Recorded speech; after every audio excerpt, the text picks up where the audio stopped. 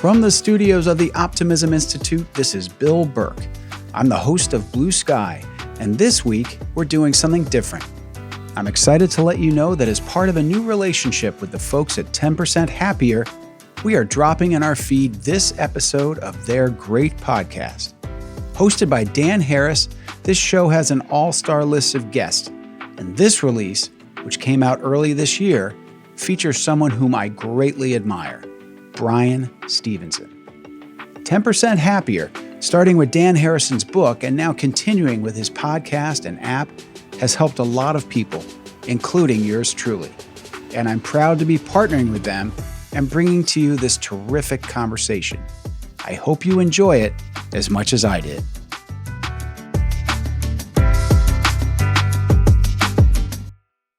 Wondery Plus subscribers can listen to 10% Happier early and ad-free right now. Join Wondery Plus in the Wondery app or on Apple Podcasts.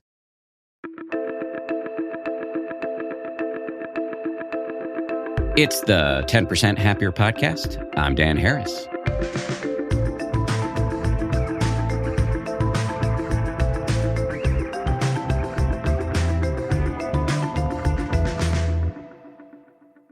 Hello, gang. How we doing? It's the start of a new year, and many of us may already be struggling to keep our resolutions. And even if you set aside how hard it is to exercise more, meditate more, eat right, whatever, even if you move beyond all of that, many of us also have huge things we're trying to accomplish in our lives, career goals, relationship goals, a desire to change things about the larger world. And to state the obvious, it can be very hard to stay on track with these massive long-term goals. Perseverance, keeping at it, whether it be with resolutions or overarching life goals, can be very hard. Today, we are going to hear from a master at perseverance in some of the most difficult circumstances imaginable. How does he do it? Bryan Stevenson is an incredible human being, and he's got practical advice that can work for any of us, and he has truly battle-tested this advice.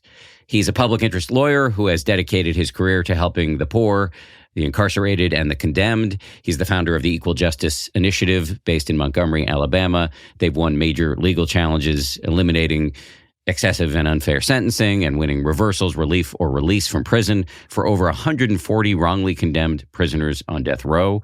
He's the author of the bestselling memoir, Just Mercy, which was made into a feature film starring Michael B. Jordan. And he's also the subject of an HBO documentary called True Justice. So what keeps this man going? We talked about some basic stuff like exercise, music, and mindfulness, but also some non-obvious stuff like what he means by proximity, how he manages it when fear, anger, or hatred come up in his mind, and how he cultivates hard-nosed, reality-based versions of both hope and faith. I should say before we dive in, this is the latest installment of our non-negotiables series where we talk to smart people about their must-have practices and life philosophies. I've been consistently surprised how starting with this very simple question, what are your non-negotiables, has consistently led us to fascinating and surprising and deeply useful places. So enjoy this one. Bryan Stevenson, welcome to the show. Glad to be with you. I'm honored to have you on the show and really appreciate you making the time to do this. Thank you. Very welcome. So as you know, we're doing this big series in the new year here about the non-negotiables of some interesting people, some of the smartest people we know. We called them up and asked them, what are your non-negotiable practices or precepts? And so I'm curious, given all of the many struggles and challenges and achievements in your life, what do you rely on to persevere? Well, for me, a lot of it has to do with how to maintain purpose, how to maintain kind of an aspiration for something that keeps you moving forward. And I think, a couple of the things that are key for me is proximity. I'm persuaded that to do the kind of work that I do, I have to be proximate to the people, the communities, the places where the challenges manifest themselves. I mean, I think of myself as doing justice work. And I don't think, unfortunately, in our society, we've created a consciousness about how we advance justice that requires us to be close to people who are experiencing injustice. And I think that sets up all kinds of problems. In business, you are required to understand everything about an opportunity. You can't be a good investor. You can't be a good business person if you don't understand all of the forces shaping demand and supply. In technology, we require insight, knowledge, proximity to kind of have the ability to create innovations. We have, a vaccine for the COVID virus because our medical researchers understand that their way to solve a problem is to intimately pull it apart.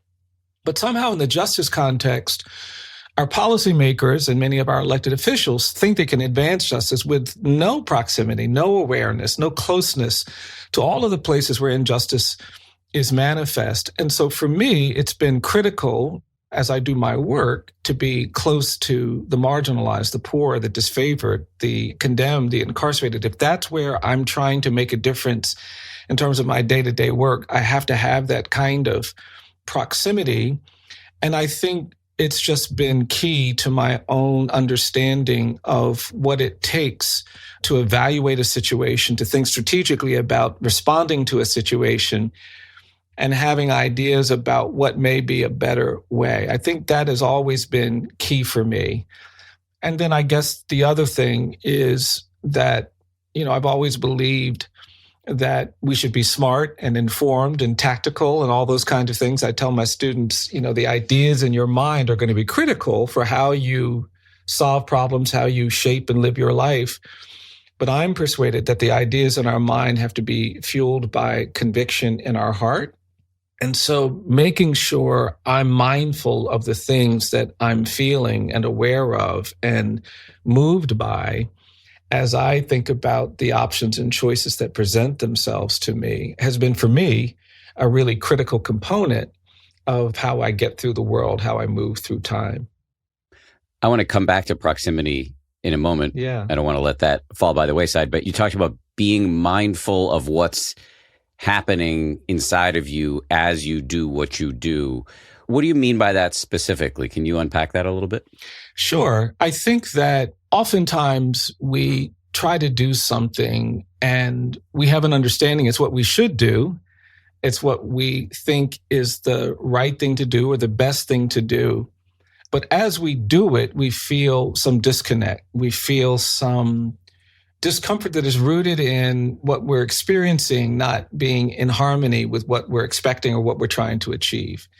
And in my work, I have to sometimes believe things I haven't seen, which means that if I don't feel like I can move towards some goal, if I don't think that what we're trying to do is going to actually get advanced, it will undermine my ability to do what I'm trying to do, because a lot of it doesn't have precedent. It doesn't have a pathway. It doesn't have a formula. It doesn't have a prescription. And when you're trying to do things that aren't clearly defined in terms of 1, 2, 3, when there's no recipe, you sort of have to understand things about what you're trying to do at kind of like a psychic emotional level. It's got to have a feeling to it. I sometimes go into communities and just see a responsiveness to what we're trying to do that is really energizing. We started doing some work on food insecurity, and I didn't expect that we would have to have as much contact with people as we ended up needing to have. But the way to run the program we're trying to run, it required that we had to meet people every month. And it's been the most essential part of this program. We've doubled the number of families we're working with because we're so energized by the quality of those encounters. And I would not have anticipated that, but once we started experiencing that, we began to see that there was value in this project, there was value in this process, and we felt differently about what we were doing. The people we were working with felt differently about the experience. And that gave it a whole nother dynamic, a whole nother dimension of value. If you're going to give families $415 a month to help them deal with food insecurity, that's the only thing you need to know. We know that with high inflation and all these other things, that's going to make a difference. My state has one of the highest rates of food insecurity. But if you don't actually have the experience of going into homes and seeing how this impacts families and talking about the impact and experiencing the gratitude and the emotion and the power of helping someone, I think you're going to underestimate the significance of the project. You're not going to be as committed to it as you might otherwise be. And that's what I think I mean, is that there are these other forces that can move you through a challenge, through a problem, that go beyond just the thing you understand in your mind, that involve your heart, that make you feel inspired, that make you feel energized, that make you feel motivated in ways that the absence of inspiration, motivation, and energy will defeat. I think those things are key when we're trying to make a difference in the world, when we're trying to live lives that are meaningful, that are affirming. Those emotions are key. Those feelings are key. So let me see if I can state that back to you. In your line of work, where you're trying to do things that either haven't been done before, or there is a clear path, but it seems basically impossible, getting somebody out of prison, designing a program to feed people who otherwise have been underserved. The list goes on and on. When you're in that kind of endeavor, you need to stay motivated because it's not going to be easy. And it sounds like it does kind of loop back to proximity. If you're close to the people you're trying to help, you will not have existential crises because you will know what the assignment is. I think that's right. I mean, I've gone into detention facilities to work with children. And when you show up and they hear for the first time that someone is actually going to advocate for them, is going to try to help them, there's a lot of emotion surrounding that. And before you know it, you feel a connection to these young people and they feel a connection to you. And I think that's an important part of how that work will evolve. You're going to learn things about their capacity, their priorities, their abilities that you won't learn otherwise, that will influence the strategy, the tactic, the approach. And I've always believed that more people need to get closer to the marginalized, the poor, the disfavored, if they really want to make a difference on these issues. And I think that you hear things you won't otherwise hear, you see things you won't otherwise see. And yes, that does yield understanding and knowledge, but it also creates a relationship to these things. I mean, in sports, what you're trying to do is to get to a place where when you run, you feel better. When you play a sport, you're energized. And in music, I think that's certainly the same dynamic. I grew up in a musical household. When you figure something out, there's a kind of joy with that. And when you're able to express that with the technique and the skill that you've developed, it just takes you someplace that you begin to get passionate about it. You start to love it. I don't play like I used to, but sometimes when I'm really challenged by something, burdened by something, oppressed by something, sitting at a piano and playing for an hour, it just provides a kind of comfort. It creates a feeling that allows me to understand that things can still be put together in a way that will sound like progress, sound like possibility, sound like hope. And I just think in our lives and in our work, you want to seek that dynamic. We don't have to be denied the thrill of athletic achievement or musical success or an intense, relief that comes through, the things that many of us do through exercise and music and whatnot in our day-to-day life. And I guess because I grew up in an environment where those things really sustained me as a child, I have never been willing to kind of have days go by where I don't feel some of that. And that's what's required, the proximity we're talking about. I actually have more questions about proximity, but just because you mentioned music and exercise, how abiding are those habits for you? Oh, no, they're really key for me. I think growing up in a racially segregated community where there were no safe places to express yourself outside of the church, which was our domain, and the church was very shaped by music, that became a place of real identity building. Then as things change and you could leave that space, but still have opportunity for musical expression, became a really important part for me. I've always found great joy and consolation, meaning, inspiration in music. I've been living in these little tiny rented apartments for the first probably 10 years of my career, maybe longer. But I always had a little keyboard in the house and, you'd have to use headphones and things like that. And then when I got a little older, I said, I really want a piano. So I actually bought a house so I could get a piano. And I have this piano in my house. And it looks like that's exactly what I did. If you came to my house, you'll see the piano. You won't see much else in the living room. But for me, it's been an incredibly important space for comfort and consolation, but also for inspiration and motivation. And, hearing music can be a really powerful thing. But if you have the ability to create music, I just think no matter what your level, is that's a whole nother dimension. And I feel really fortunate that I grew up in a place where that was something that was expected of me. My little church, they just put you on the piano and say, play. And they don't kick you off when you sound terribly. They allow you to grow and evolve. And my mother was a musician and I had musicians in my family. But for me, that's been a really, really wonderful gift that definitely continues to sustain me today. I was struck by something you said before. When you sit down at the piano and you're playing a piece of music, if everything else in the world doesn't make sense and seems broken, it almost infuses you with a sense of both beauty and agency. Yeah, I think that's right. I mean, I think in my work, I often just see people in anguish, people really in a lot of pain, people who are overwhelmed, people who are despairing. And if you have a full day of a lot of that kind of emotion, it can leave you unsettled if you don't have a way of managing it. And for me, at least, music is a really powerful way to do that. You start playing something and not only does it sound affirming and complete, but it gives you the opportunity to kind of creatively respond to what you've been carrying for that day. Sometimes playing something joyful after hours of sadness and anguish, or playing something somber after hours of suffering and despair can help you not be overwhelmed by what you're experiencing. I think that there's a kind of beauty in music. And for me, I'm always looking for something beautiful because I think beauty is affirming, it's inspiring, it's energizing.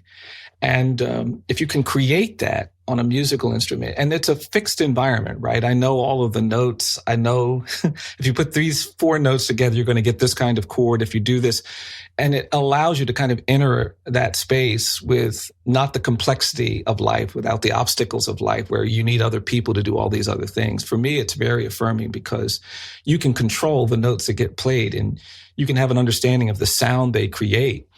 And that gives you the confidence to do something that responds to wherever you are. I do feel really grateful that that's something that I've been able to carry with me into this work.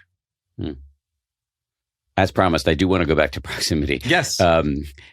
Because I think it's a very powerful point. The idea that a massive source of inspiration and passion, encouragement and motivation for you has been being close to the people you're trying to serve instead of having them as an abstraction.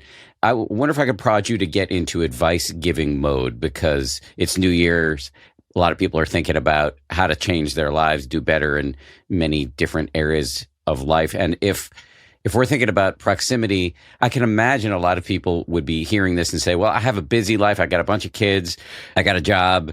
Maybe I have aging parents I'm taking care of. Like, What do you mean? Like, how do I get proximity to the underserved? Well, I think just expressing our closeness to the people we care about, I think is important. I grew up in a community where the schools were segregated and then lawyers came in, made them open up the schools. And so we kind of integrated the schools. This is in the 1960s. And my grandmother, who had never lived through integration, I think was very alarmed by that. And, I talk about my grandmother a lot, but she was one of these classic African-American matriarchs. She was the power in our family. She was tough. She was strong, but she was kind and she was loving. She was the daughter of people who were born in slavery. And that experience made her very tactical and strategic. And when integration came, she started doing this thing that she hadn't done before, where she would come up to me and she would hug me so tightly, I thought she was actually trying to hurt me. And then she'd see me an hour later and she'd say, Bryan, do you still feel me hugging you? And if I said no, she would jump on me again. And so by the time I was 9 or 10, my grandmother had taught me every time I would see her, I would say, Mama, I always feel you hugging me. And it became like this thing. And she lived into her 90s. She worked as a domestic her whole life. When I was in college, she fell, she broke her hip. She had been diagnosed with cancer and she was dying. And I went to see my grandmother and just couldn't imagine being in the world without her. And I went into her room and just sat down, and I persuaded myself that she couldn't die if I were talking to her. So I just started talking. And she wasn't responding or reacting. And finally, one of my relatives came in and said, Bryan, you can't just stay here and keep talking. You got to go. And I remember standing up and taking a step. And that's when my grandmother opened her eyes. And then she squeezed my hand and she looked at me. And the last thing she said to me, she said, Bryan, do you still feel me hugging you? And then she said, I want you to know I'm always going to be hugging you. And when I talk about proximity, I'm actually talking about action, doing something that creates connection to the people we care about. And I tell people all the time that sometimes I think the most important thing we can do to help people who have fallen down, people who have lost their way, people who have been overwhelmed, people who have been traumatized, is wrap our arms around them and affirm their humanity and their dignity. We underestimate the power of that act, that gesture. And I think there is something significant about expressing our connection to a human being, to another person, our family members, people we're trying to work and serve, in a way that's genuine and rooted in our love, our compassion, our empathy. And I think that's important when I talk about proximity, is that we understand it to require action, to do something. And it doesn't matter, how that plays out in your life. For some people, it's volunteering here or doing something there. For some people, it's investing in relationships that are complicated and challenging. For some people, it's taking time to do something that's not easy, but feels very affirming. But I do think that's key. It's not, the things that we're just naturally proximate, that just happen by themselves. For me, that's not the kind of proximity I'm talking about. And in our country, it's very easy to isolate yourself, residentially and culturally. And I just think sometimes when we choose to not do that and commit to something we believe in, that we think has value and purpose and meaning, and then reinforce whatever we're trying to do by a commitment to getting close to the people or the entities that are important, things change. And they change not just for the people we're trying to help and serve, but they change for us. In my book, I talk about really struggling in law school, because I went to law school trying to help the poor and the disadvantaged. In my first year of law school, nobody was talking about that. It was only when I went to Georgia and met this group of lawyers who seemed to be animated by the work they were doing and was asked to go to death row and meet someone that everything changed. And I went to death row and met this man who was burdened with chains. They took the chains off and we started talking. And I just forgot that he was a death row prisoner and I was a lawyer. We were two people in a space. And, I stayed longer than I should have stayed. And the guards got angry. They came into the room and they couldn't do anything to me. So they took it out on this man and they kind of threw him against the wall and they pulled his arms back, put the handcuffs back on his wrist, wrapped the chain around his waist, put the shackles back on his ankles. And they were treating him fairly violently to get him out of the room. And I was begging them to be gentler. And I said, look, it's not his fault. It's my fault. But they ignored me. And they got this man near the door. And I remember how he just stood his ground when he got in front of the door and planted his feet. And then he turned to me and he said, Bryan, don't worry about this. You just come back. And then he did this thing that I've written about where he closed his eyes and threw his head back and started to sing. And he started singing this hymn. He started singing, I'm pressing on the upward way, new heights I'm gaining every day, still praying as I'm onward bound. And then he said, Lord, plant my feet on higher ground. And it stunned everybody. The guards stopped. And then they recovered and they started pushing him down the hallway. And you could hear the chains clanging, but you could hear this man singing about higher ground. And when I heard that man sing, everything changed for me. That was the moment that I knew I wanted to help condemned people get to higher ground. But more than that, I realized that my journey to higher ground was tied to his. And when I got back to Harvard Law School, I was a completely different law student. You couldn't get me out of the law school library. I needed to know everything about federalism and comedy and the jurisprudence necessary to help condemned people get to higher ground. And it all was a result of being proximate to a condemned man and hearing his song. And I genuinely believe that in many places where there's despair and anguish, places of marginalization, places of poverty, people are still singing. And when we hear these songs, they change us. If you ask me today, what the secret is of helping people, I would say we try to be smart, we try to be hardworking, we try to do all the right things. But the real answer, if I've helped anybody during my legal career, It's because I got proximate to a condemned man and heard his song. And I think that opportunity is something all around us that we can all access. And you don't have to do what I do. You don't have to be focused on justice or focused on mass incarceration or focused on poverty. But whatever it is that interests you and inspires you and motivates you to make a difference, I think that proximity is going to be important to it. So if I'm listening to this, if I'm a listener and I'm hearing your incredible stories, I don't need to feel insufficient and like a failure. It's not, I don't think you're saying, but please correct me if I'm wrong, that we need to radically upend our lives to achieve the kind of proximity that you have. It's more that, look, whatever spheres you're moving in, there are people you say you care about that you might not actually be fully engaged with. And especially given that everything, as I like to say, in our lives in a modern context militates against connection. Can you counter-program against your technology and your individualism that we're raised with in this culture and dig in with folks who might need your help? I think that's right. I mean, I just think that there's something really powerful about kindness. There's something really powerful about compassion.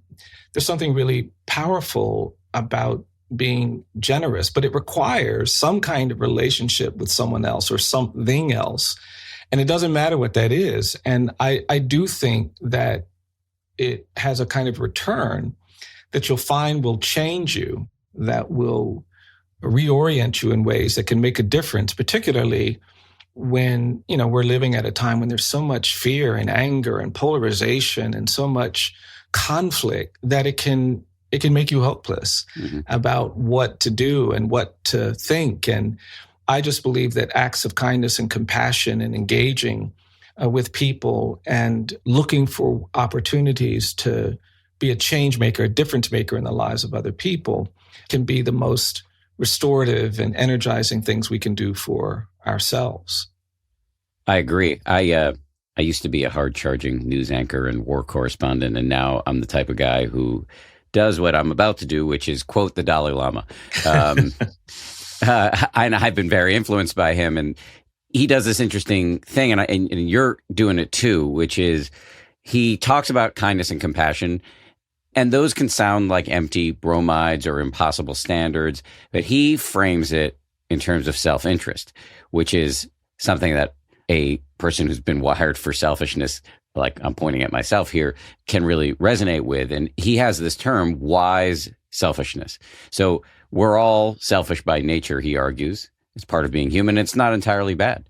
But if you want to do selfishness correctly, you will be as kind as and compassionate as possible, because that is what actually will make you happy. Not being a doormat, not being a pushover, but being engaged with other people. And the science backs this up. And it seems like that's a similar argument to yours. Yeah, absolutely. I mean, I do think there's a real return on compassion. There's a return on kindness where you experience emotions, you feel things that are really powerful, really affirming. And I actually think it gives you hope. And I think for me, at least, when you talk about the things that are non-negotiable, I have to be hopeful about what I do. I think first in my work that hopelessness is the enemy of justice, and injustice prevails where hopelessness persists. But even beyond that, I think if I have any strengths or powers, it's rooted in hope. I think it's kind of a superpower that we all need. And you have to be willing to kind of believe these things you haven't seen. And what compassion and kindness yield is hope about what you can do as an individual and about what you can see in the world, what you can experience in the world. I've represented young kids who were just coming out of really horrific situations. And because we don't charge people money for the legal services we provide, I will sometimes with my young clients say to them, but you got to read a book. And every time you read a book, I'll come and visit you and try to motivate them, because I think having a world bigger than the world you see in a custodial or carceral setting is really key to not being overwhelmed by the despair and the hopelessness of those places, and just trying to get them into a bigger world. And it's been amazing to me to see what that has yielded. it moves me actually to now be working with people who have been representing for a long time, and they'll call excitedly because they just finished some book I ordered for them. I won't even remember what I've ordered, but they'll tell me over the phone, okay, we got to talk about the book you sent me. And I say, okay, I'm sorry, I don't remember what book was it. And then they'll start talking to me about Dostoevsky and the Brothers Karamazov, which is one of my favorite books. And I'll just listen to them talk excitedly for 15 minutes.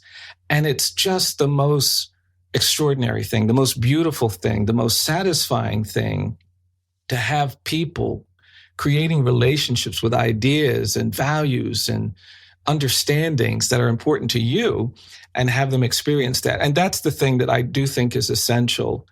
And that does come from, as the Dalai Lama suggests, the return on kindness and compassion. You begin to see that it can actually achieve things that hopelessness and fear and anger can't achieve.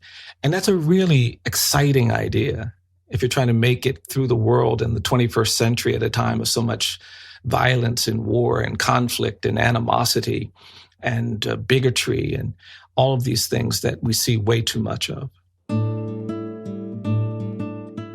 I hope you're enjoying this conversation with the remarkable Bryan Stevenson. In addition to 10% Happier, there's another show out there that we think Blue Sky fans will also enjoy. Well Adjusting on the Edit Audio Network is a show hosted by award-winning actor, comedian, and author Robin Hopkins. Join Robin as she speaks to real people about the real questions that many of us face, from how to find work-life balance to dealing with generational money trauma or grief, or even finding common ground with family across the political divide. Well Adjusting isn't afraid to get personal or honest about the tough stuff in life. Think less therapist couch and NPR, and more chatting through a problem with a friend over cocktails. Whether you're looking for advice on how to manage stress, set some boundaries, or just a reminder that we're all figuring it out one day at a time, Well Adjusting is for you. Follow Well Adjusting on Apple Podcasts, Spotify, or wherever you get your podcasts. And now, back to our episode of Blue Sky. Yeah, it's so easy to get, whether we're engaged in the sort of cinematic, big work that literally cinematic work that you're engaged with, or we're just trying to get through in a quote unquote normal life. It's easy, given our media environment and given what's happening on the planet, to get sucked into hopelessness. But the antidote is around us all the time. That's right. And it's other people. Yeah, I think that's right. And I think in many ways, it also allows you to push back against, fear and anger. I do think that fear and anger are the essential ingredients of injustice and oppression. They lead to depression and despair and all of these terrible things. And we're just living at a time when a lot of people are trafficking in the politics of fear and anger. And I mean that broadly, not just in our political sphere, but in our social spheres, in our cultural spheres, and educational spheres, that people seem to be motivated to use fear and anger as a currency to gain more influence and power. And that worries me because I look through world history and I see the worst and most tragic manifestations of human behavior rooted in these narratives of fear and anger. The Holocaust was created by a narrative of fear and anger. The Rwandan genocide, 100 days, that was facilitated by this powerful narrative of fear and anger. You go any place in the world where people are being abused and mistreated, if you talk to the abusers and those who are mistreating them, they can give you a narrative of fear and anger to justify and defend what they are doing. And I just think that fear and anger causes you to tolerate things you would not otherwise tolerate. It causes you to accept things you would not otherwise accept. How did we reconcile ourselves to be enslavers in this country, to have millions of people violated and abused and slavery? Mob violence throughout the 20th century, the first half of the 20th century, where Black people were pulled out of their homes and beaten and drowned and tortured and lynched, sometimes on the courthouse lawn. And some of these mob members would bring their children to witness the torture and the violence. And how is it that that would be a reasonable or rational thing to do? Even the architecture of segregation that I grew up with, why this intense hatred of people because of their color, not wanting them to sit where you sit, not wanting them to eat where you eat, go through the door where you go through. All of that is rooted in these narratives of fear and anger, many of which we inherit. And if we don't consciously work to overcome, they shape our lives and we'll feel rage in ways that we don't even understand.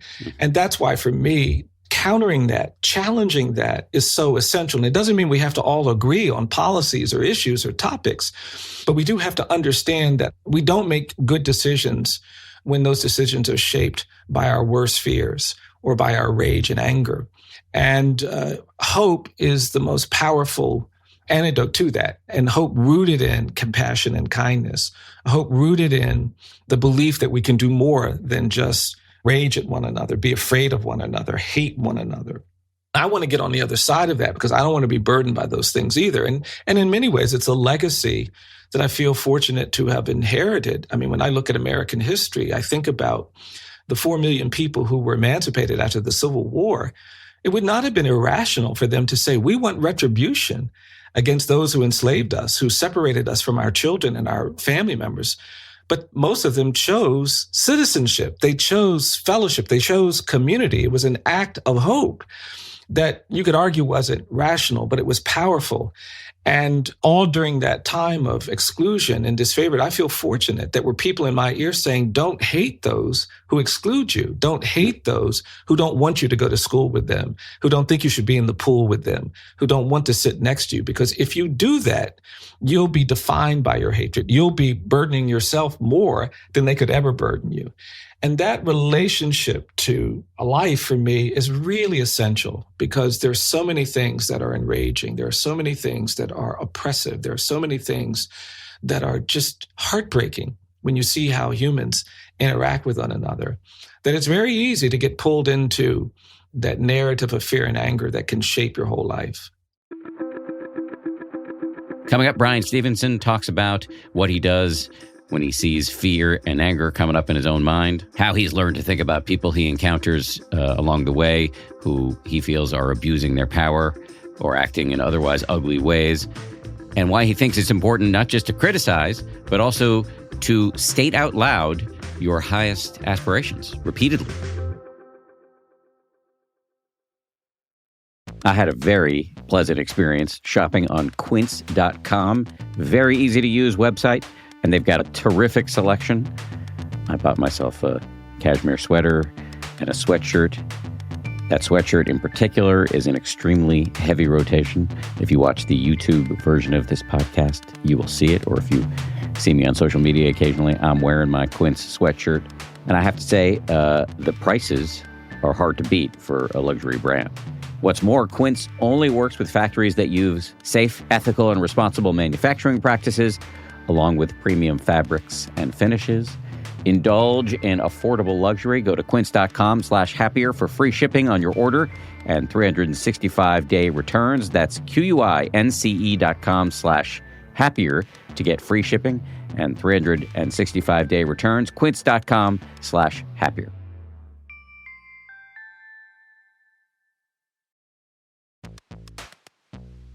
When it comes to hiring, don't go searching for the one. Just meet your match with Indeed.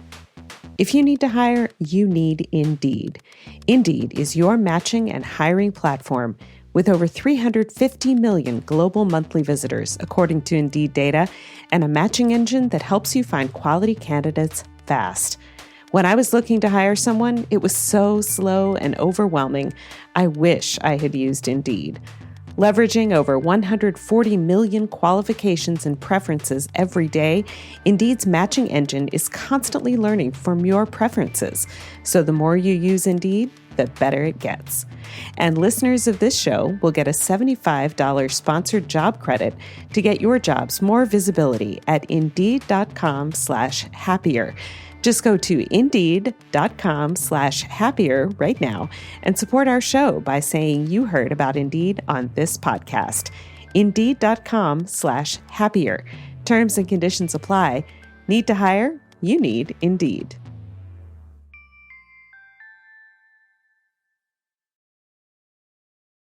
Don't forget to celebrate the 10th anniversary of the 10% Happier book We are offering subscriptions to the 10% Happier app at a 40% discount until the end of the month. Get this deal before it ends by going to 10%.com/40.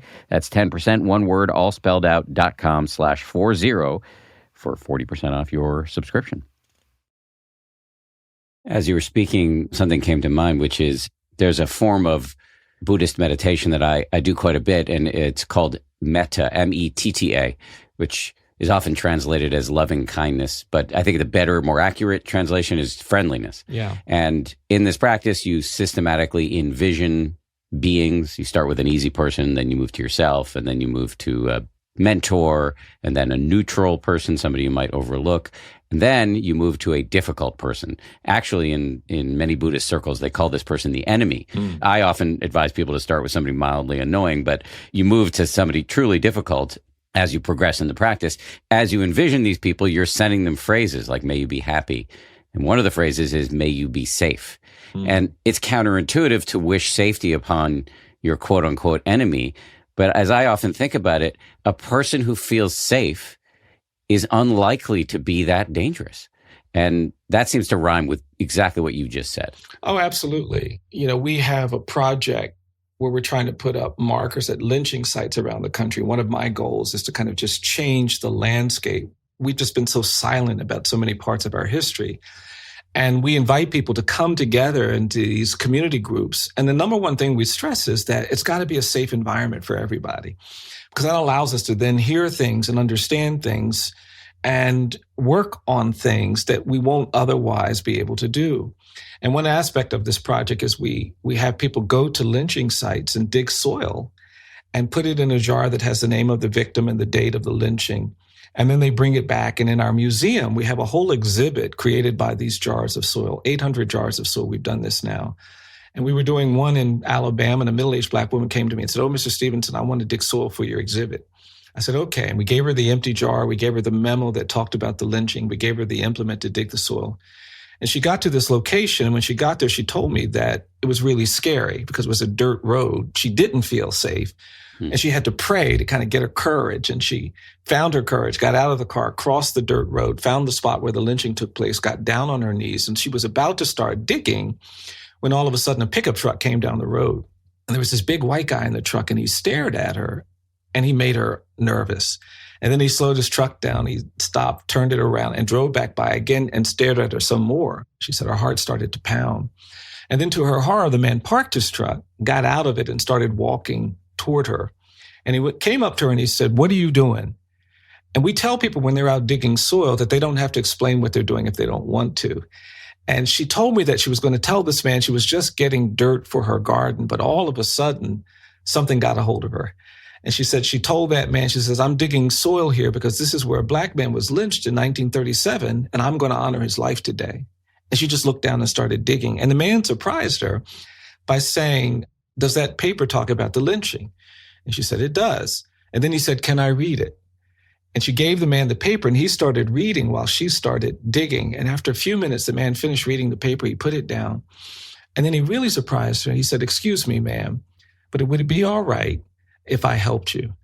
And she said, "Yes." And the man got down on his knees, and she offered him the implement to dig the soil. He said, "No, you keep that. I'll just use my hands." And she said he started throwing his hands into the soil and putting it in the jar, throwing his hands into the soil. And she said there was something about the conviction with which he was putting his whole body into digging up this soil that just moved her. And she said she went from fear to relief to joy so quickly that a tear started running down her face. And the man saw her tear, and he stopped. And he said, "Oh, I'm so sorry, ma'am. I'm upsetting you." And she said, No, you're blessing me." And he kept digging with his hands, and she kept digging with the implement. And they were getting near the top of the jar. And she noticed that he was slowing down, and she looked over at him, and she saw that his face had turned red. His shoulders were sagging. And then she said she saw a tear running down his face. And she stopped, and she put her hand on his shoulder, and she said, "Are you all right?" And the man said, "No, ma'am, no, ma'am, no, ma'am." And then he said, "I'm just so worried that it might have been my grandfather who helped lynch this man." And she said they both sat on that roadside and wept. After a few minutes, the man turned to her and he said, "I really want to take a picture of you holding the jar of soil." And she said, well, I really want to take a picture of you holding the jar of soil. And they took pictures of one another. And she said, well, I'm going back to Montgomery to put this in the exhibit. And the man said, well, would it be all right if I just followed you? And I was here when these two people who met on a roadside in a place of agony and violence and shame came in together and did something beautiful by contributing that jar of soil to our exhibit. And I'm not naive. I don't believe that beautiful things like that always happen when we tell the truth. But I believe we deny ourselves the beauty of justice when we don't tell the truth, when we don't allow ourselves to actually get close to those people who we sometimes think are not our friends, when we engage in that kind of compassion and kindness, when we put ourselves in places where we have an opportunity for new truths to emerge about who we are and what we can achieve as a community, as a family, as a nation, whatever it is. And I very much see that in the work that I do, which is an enormous source of inspiration, even though there are times when people express a lot of anger and rage and bitterness and fear. I am ultimately persuaded that those are not the forces that will ultimately prevail. I just think there's something so much more powerful about hope and compassion and kindness, both for ourselves and for the people we are in community with. I'm persuaded that there's a kind of force to that can and will prevail. Do you see anger, rage, fear, bitterness coming up in your own mind? And if and when that happens, how do you deal with it? Oh, yeah. I mean, I'm constantly seeing things and hearing things and experiencing things that are just so painfully unjust, that are such manifestations of abuse of power, indifference to human suffering. It's very hard, knowing that we have the power and capacity to do something about these things, to then have decision makers just refuse to do it, have people choose not to solve a problem that is easily solvable. And I think it's a really hard thing to kind of navigate, particularly when you're aware of the consequences of the lack of intervention, the pain and the suffering.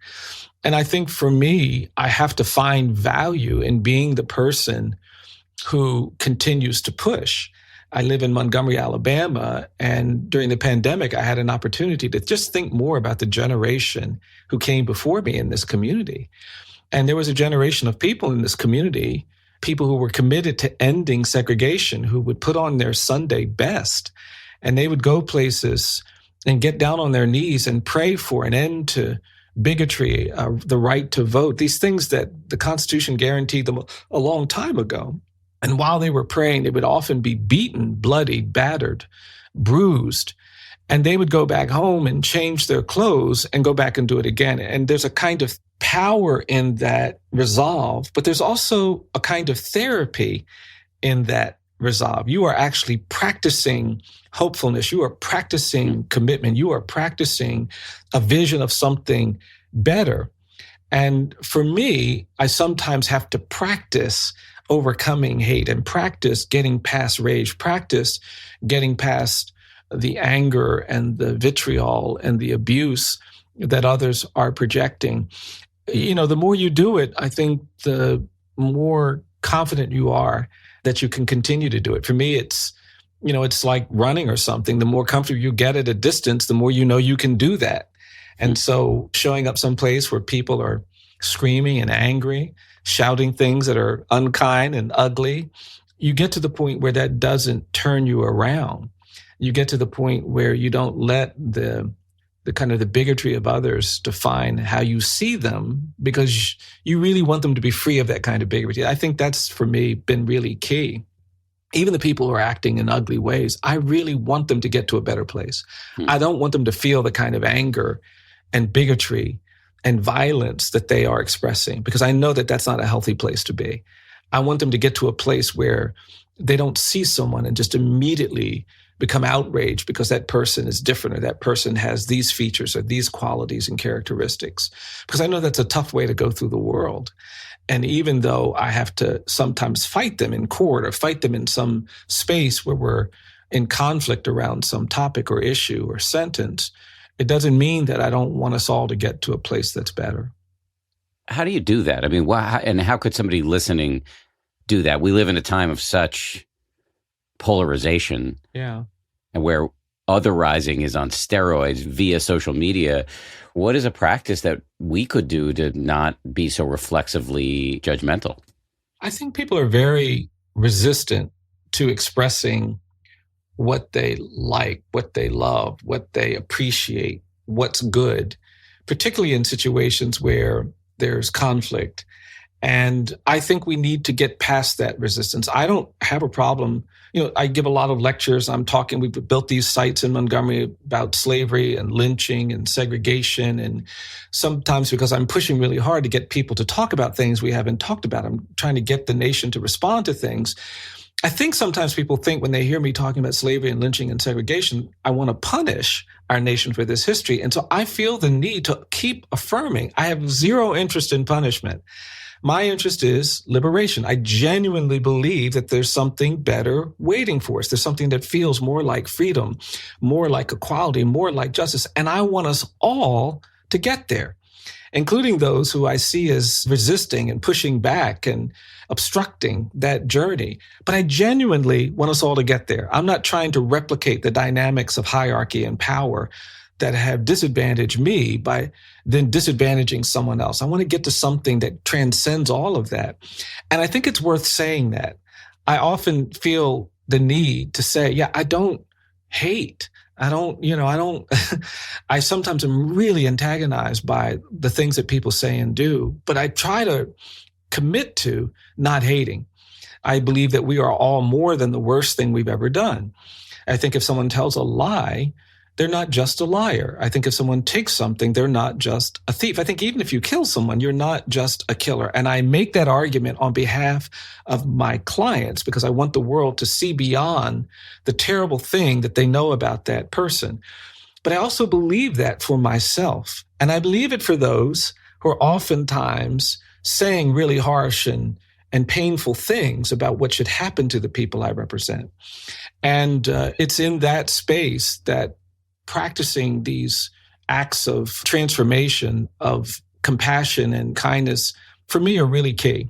And I do think in a polarizing moment like ours, it's so much easier to say something harsh and critical and to be celebrated for the wittiness of our harsh and critical observations, to be reinforced by all of those who share that same critique.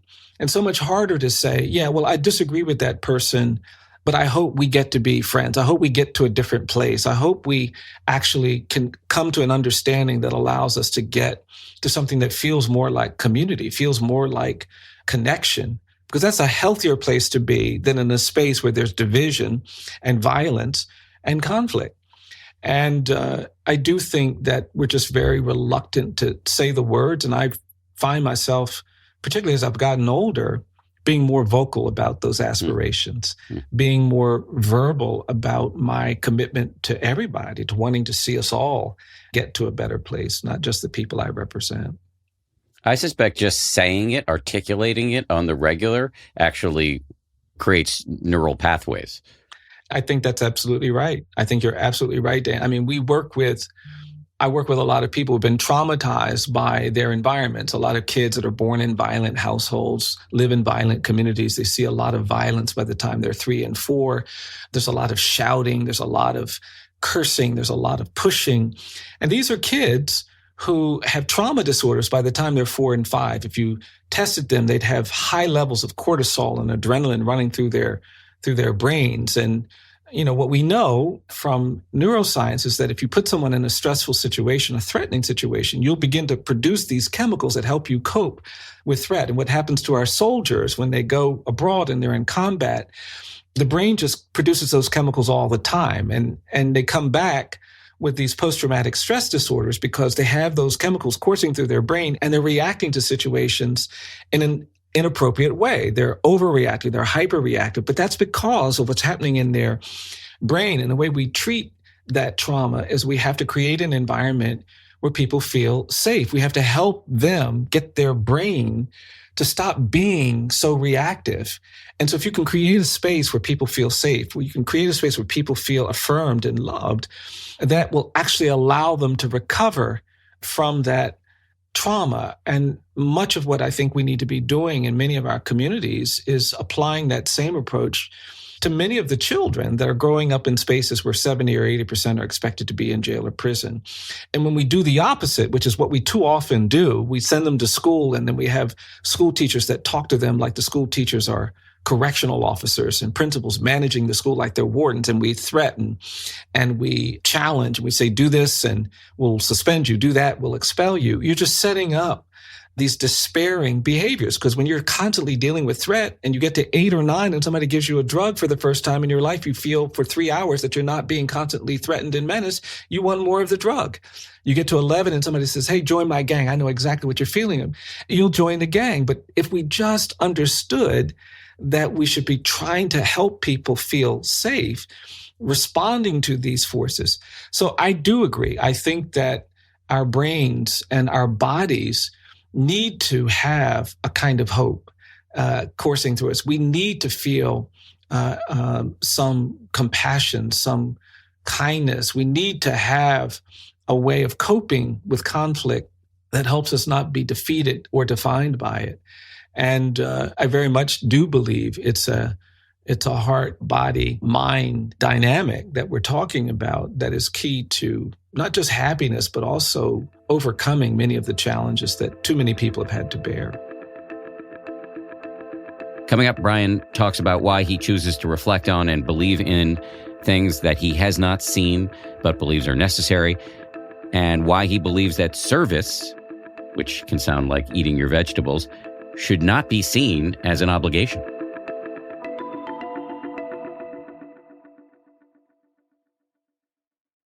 As it pertains to the maintenance of your own hope, your own ability to persevere toward these big visions you have of societal transformation, how important is faith, by which I mean prayer, which is something you've referenced a few times in our conversation?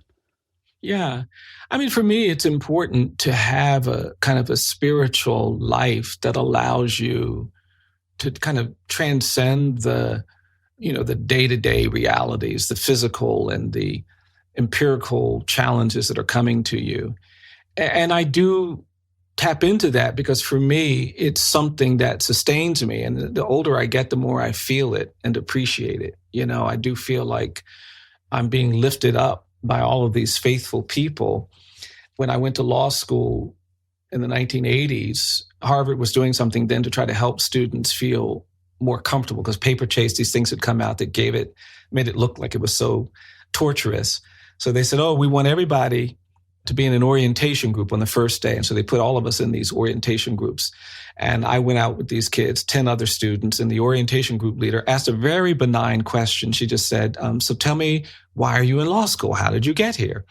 And I sat there and I listened to my classmates all talk about how they were the son or the daughter or the grandson or the granddaughter or the nephew or the niece of a lawyer. And the more each one was saying this, the more diminished I felt. And they kept doing it. And then halfway through it, I realized that not only was I not related to a lawyer, I'd never met a lawyer.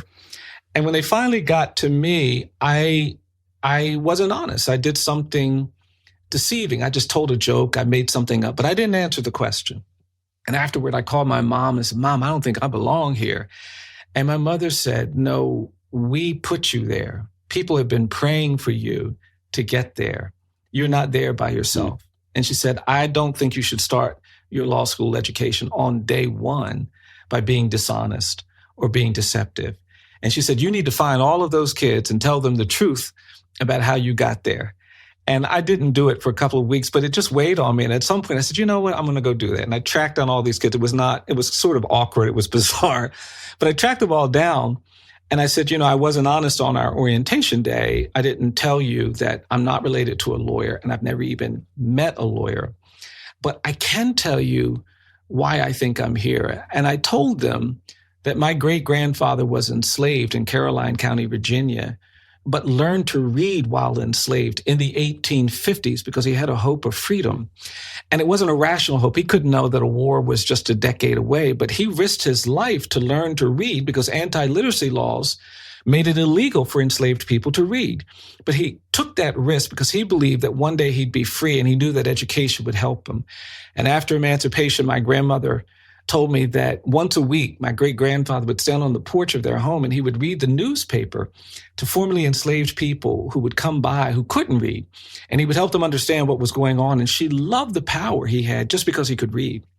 And she said that she would push her siblings out of the way when he started reading and just wrap her arms around his leg, because she thought the way you learned to read was to touch someone while they were reading. And this was her motivation. And he finally figured out that she was trying to learn to read. He said, I'm going to teach you how to read, Victoria. And he taught her to read. And even though there weren't schools, my grandmother was a reader. She had 10 children. She worked as a domestic her whole life, but she was a reader. And I'd go see my grandmother, and sometimes she would stand on the porch with a stack of books, and you'd have to read something from a book before she would let you in the house. She was very wily. She'd ask you what kind of dessert you want, and she'd make something really smell so good, and then she'd stand in front of the kitchen and not let you in until you read something. And I grew up in a poor community, a racially segregated community, a rural community. And most of the adults didn't have high school degrees because there were no high schools in our county when they were teenagers. And you didn't see much opportunity outside the door. But my mom went into debt when we were kids to buy us the World Book Encyclopedia. And she wanted us to have these books as a portal to something bigger and better than we could see outside the door. And I didn't understand it at the time because, if you're 10 and Christmas comes along and you go outside and your friends are like, well, I got a basketball for Christmas. I got a bicycle. I got a baseball. I'd have to say, well, I got volume G of the World Book Encyclopedia. But when I got to law school, I realized that this was the gift that I had been given. And it was a gift rooted in a faith, a gift rooted in a belief. And I feel like I have been lifted up by that. And I just have to believe that the prayers of my great grandparents who were enslaved and the prayers of my grandparents and my parents that believed something that they hadn't seen was so essential. And so now, yes, that is very much a part of what sustains me. I have a belief that we will create a day in this country, maybe when the children of our children will no longer have to confront the presumption of dangerousness and guilt that I've had to confront throughout my life. I have a belief that we can create a world where the vestiges of slavery and lynching and segregation are eliminated, and we can truly begin to have relationships that are rooted in the kind of compassion and love that we're talking about, that we can get past the bigotry and the violence and the despair. We've created a very violent society, and I have to believe that we can do better than that. But it does require faith. It does require the habits of sometimes thinking about, reflecting on what you haven't seen, but believe is necessary. Yeah, that for me is an important part of, how I try to go through the world. But I also feel like it's a gift that I've been given by foreparents and people who've come before me who absolutely define their way through an even more challenging world based on their faith. Would it be correct for me to surmise that faith for you is less about the metaphysics and more about the community support and the inner strength to realize visions that may seem to be impossible? Yeah, I think that's right. But I do think that the joy and the peace and the love that we sometimes experience when we understand that we are loved, that we are actually part of something bigger than what we sometimes experience, is an important part of how we create those communities. And again, music is for me a good example. You can make a connection with someone musically if the music is beautiful, if it corresponds to the kinds of sounds you want to create. If it's bad, it can just create frustration. It can just create, annoyance. And so there is a metaphysical component even to something concrete and physical, like being in a room with 3 other people and trying to create sounds that satisfy and please you all. And I think for me, faith is very much like that. Yes, it has to be expressed in community, expressed in action, expressed in works, expressed in relationships. But it does have a metaphysical component to it where it can feel sustaining and inspiring and even transformational. I'm sensitive to your time, so let me ask my 2 traditional closing questions. One is there something I should have asked that I failed to ask? No, I think the only thing that I would just add that maybe we haven't talked about is that I don't think service is something we should fear. I don't think it's something that needs to be viewed as an obligation or a burden or a dread. I have found trying to meet the other needs of people, if I can, if I have skills and ability to do something that creates relief and peace and opportunity and healing for someone else, then I don't actually think of serving to that end as a burden. I think of it as really a blessing. It's the kind of thing that I get something from. And I do hope that people create a relationship to service that allows them to see the power of helping others and doing for others, and not some zero-sum game where if you help someone else, you're hurting yourself. Mm-hmm. If you give to someone else, you're taking from yourself. I don't think that's true. And at a time when there's a lot of focus on, the kind of self-awareness and self-care, which I think is important, but sometimes I think it can undermine our belief in the value of serving others. And for me, I think that's just been a real gift. I wouldn't, trade my experiences trying to help someone for anything. It's, there are a lot of ways to get reward in life. For a lot of people, it's monetary. A lot of people, it's celebrity. A lot of people, it's status. But there is something, I think, even more powerful in being a servant to those who have needs, where you can meet those needs and create opportunity, peace, healing, freedom for people who wouldn't otherwise be able to achieve that without your help. Yes. I mean, it kind of brings us right back to why selfishness, self-care, properly understood, involves other people. Yeah. The final question I want to ask is, it relates to service. If people listening to this want to support you and your work, what's the best way to do that? They, first of all, should come to Montgomery and spend time at our sites, which we're really proud of. We think they're truth-telling spaces in this country that everyone needs to experience. They can learn. I think that learning is an action item.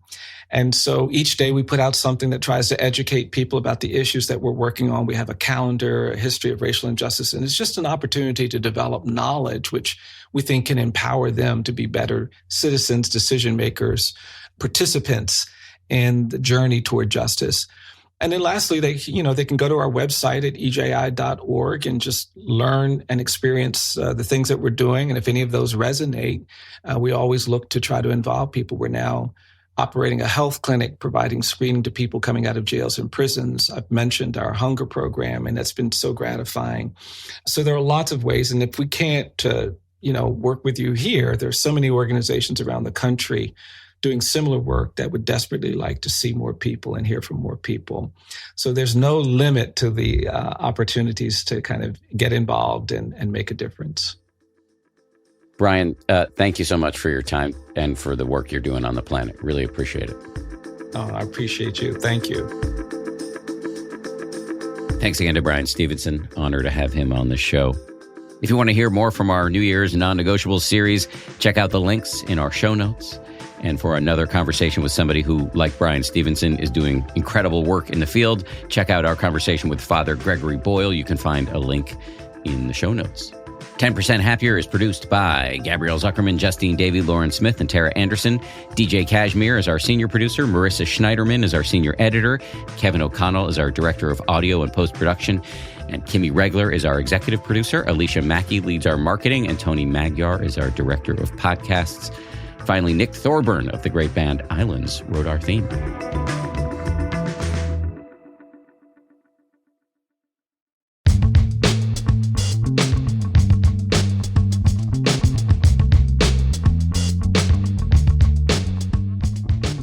I hope you enjoyed this special feed drop episode of Blue Sky featuring Dan Harris and Bryan Stevenson from 10% Happier.